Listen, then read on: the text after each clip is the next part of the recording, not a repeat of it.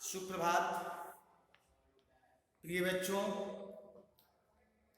पिछले क्लास में शीर्षक पतंग का अनुशासन पाठगत बातों से आपको अवगत कराया गया था। आज पुनः पाठ को नियमित करते हुए अन्य बातों से आपको अवगत कराया जाएगा। पिछले क्लास में हम लोगों ने यह देखा था कि पतंग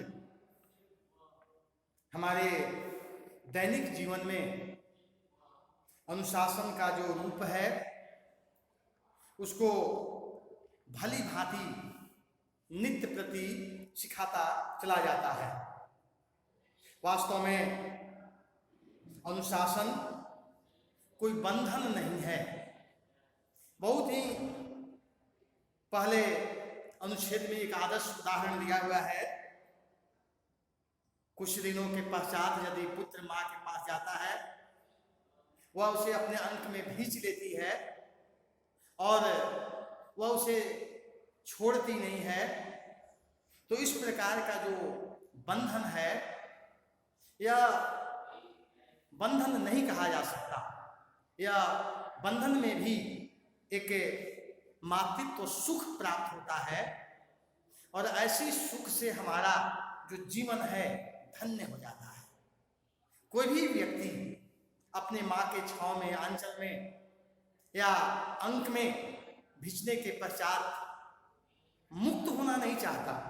वह चाहता है कि काश कुछ और समय तक हमें इस प्रकार का छाया, मातृत्व छाया प्रदान होता रहे, मिलता रहे। वास्तव में अनुशासन भी इसी प्रकार की मातृत्व छाया से एक आदर्श प्रतिपादित करने में सक्षम है। हमें यदि नियमितता के साथ अनुशासन का अनुकरण करें, अनुसरण करें, तो हमें वही सुख प्राप्त होता है जो माँ अंक में भिजने के पश्चात प्राप्त होता है। पिछले क्लास में हम लोगों ने इन बातों को देखा था, इससे अवगत हुआ था। आगे जो बात इसमें है, अनुशासन को यदि दूसरे ढंग से समझना हो तो हमारे सामने पतंग का उदाहरण है। पतंग काफी ऊपर होती है, एक डोरी होती है जो संभालती है। बच्चा यदि पिता से कहे कि यह पतंग तो डोर से बंधी हुई है, तब यह कैसे मुक्त आकाश में विचर सकती है। तब यदि पिता ही उस डोर को काट दे तो बच्चा कुछ देर बाद पतंग को जमीन पर पाता है। बच्चा जिस डोर को पतंग के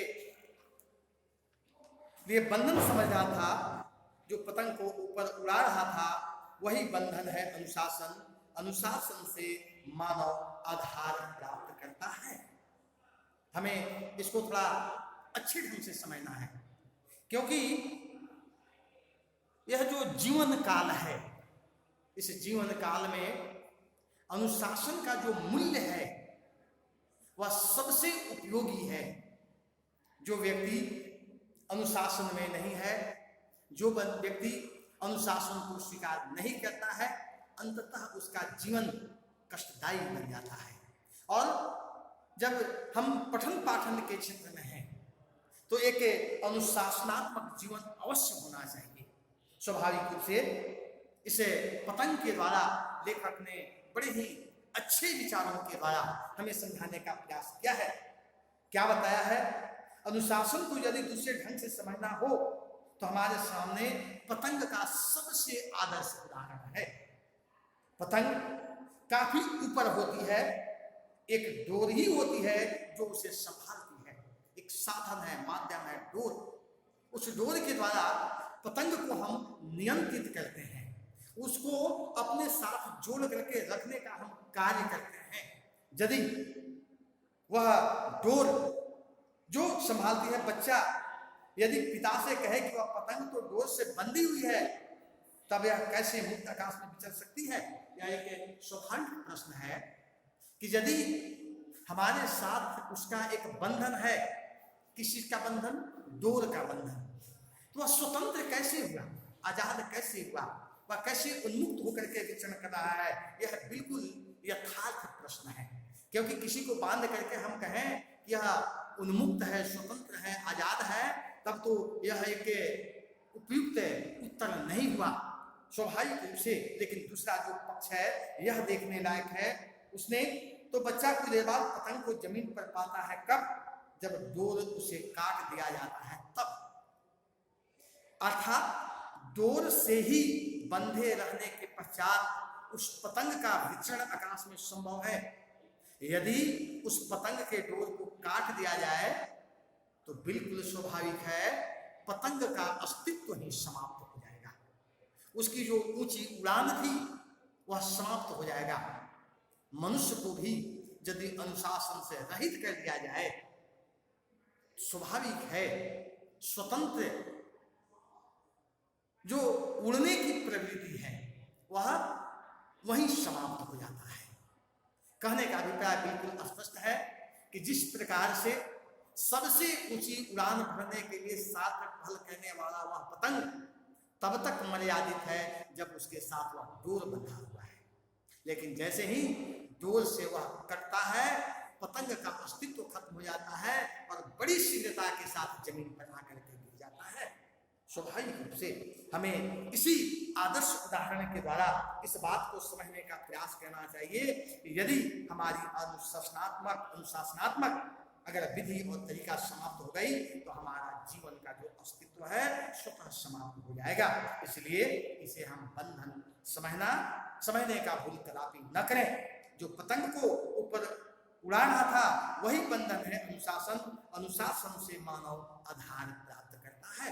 अर्थात बिल्कुल स्पष्ट है वही बंधन। कौन सी बंधन? डोर से बंधा हुआ जो पतंग है वह बंधन वास्तव में एक ऐसी सबसे आदर्श स्थान देने के लिए उपयुक्त है जिसकी आवश्यकता हमारे जीवन में भी निरंतर आते रहती है। यदि हमें एक उत्कृष्ट व्यक्ति बनना है, आदर्श से युक्त व्यक्ति बनना है, तो जीवन में पतंग रूपी डोर से बंध करके रहना बिल्कुल अनिवार्य है। अर्थात अनुशासन ही जीवन का संपूर्ण अंग है।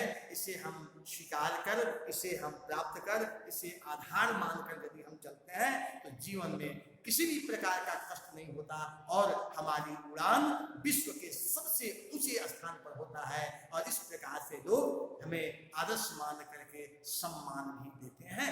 स्वाभाविक है कि हमें इस बात का ध्यान रखना चाहिए कि हम इस बंधन को बंधन न समझें, इस बंधन को जीवन के आदर्श का आधार समझें।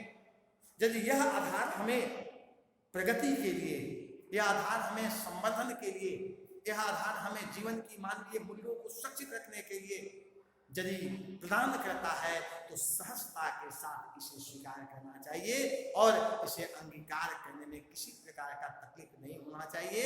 ठीक उसी प्रकार से जिस प्रकार से माँ के अंक में बंधने के पश्चात हम सुखानुभूति प्राप्त करते हैं, नवीन संवेदनाओं को प्राप्त करते हैं, उसी प्रकार से इसे आकाश में यदि उड़ना है, आकाश में उड़ने का विचरण करने का मतलब यह है कि आप जीवन में सबसे ऊंची उड़ान भर करके वह तत्व प्राप्त कर लेंगे जिसे आप अपेक्षा करते हैं, जिसे आप अपेक्षा करते हैं।